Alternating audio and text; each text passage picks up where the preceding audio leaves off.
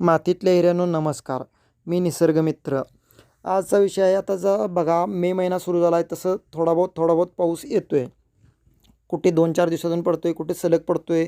तर अशीच पावसाची सुरुवात होते. त्याच्यामुळे काय होते, जमिनीचा धूप कमी होते आणि उन्हाची तीव्रताही थोडी कमी होते काही ठिकाणी. आणि काही ठिकाणी अजून तीव्रता आहे तशीच आहे उन्हाची.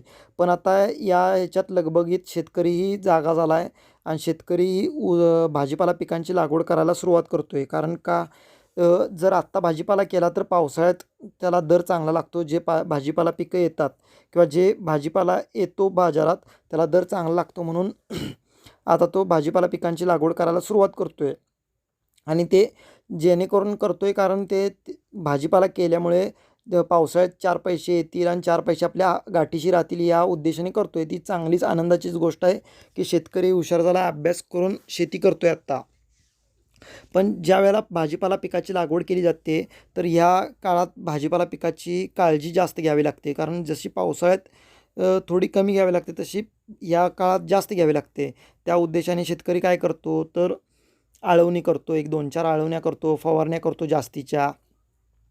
तर या आळवण्या करताना होतात काय चुका, तर या चुका होतात म्हणजे ज्यावेळेला शेतकरी आळवणी करायला जातो भाजीपाला पिकाला, तर त्यावेळेला काय करतो, एखादं कीटकनाशक घेतो त्या आळवणीत किंवा बुरशीनाशक घेतो.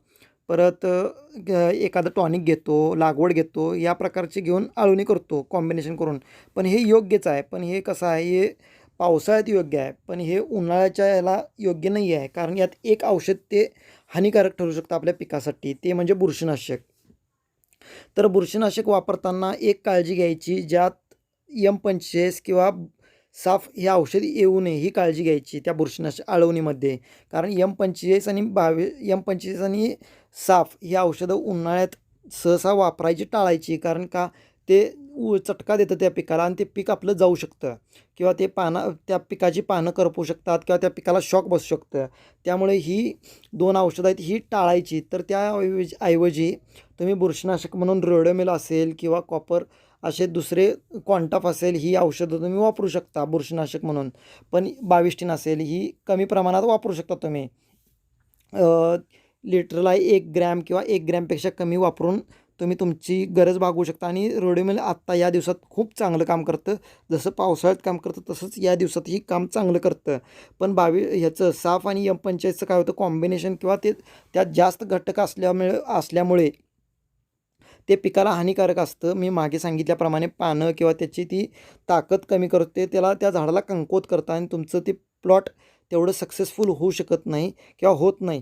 आणि त्यात वरून उन्हाचा चटका असलेला, परत खालून जमीन पण तापत असते आणि पाण्याची कमतरता आणि उन्हाची उष्णता जास्त असल्यामुळे ते जे हेच तुमचं M45 असेल किंवा साफ असेल ही औषधं चटका देतात आणि ते पिकाला हानिकारक असतं. त्याच्यामुळे ही औषधं टाळा. बाकीची औषधं तुमची व्यवस्थित चालतात. कीटकनाशक असेल, बुरशीनाशक असेल, परत टॉनिक असेल, हे कोणती औषध चालतात. जास्तीत जास्त कीटकनाशकही या उन्हाळ्याच्या दिवसात पावडर स्वरूपातली असलेली इमामेक्टिन, बेन्झोमाइट वगैरे असतील ही वापरला तर अत्यंत चांगली गुणकारी असतात. तर ही औषध तुम्ही वापरून तुमची पिकं चांगल्या रीतीने आणू शकता. तर ही काळजी घ्या. आणि आळवणी करताना किंवा फवारणी करताना M45 आणि सापचा वापर कमी करा. हे सांगून मी थांबतो. जय महाराष्ट्र.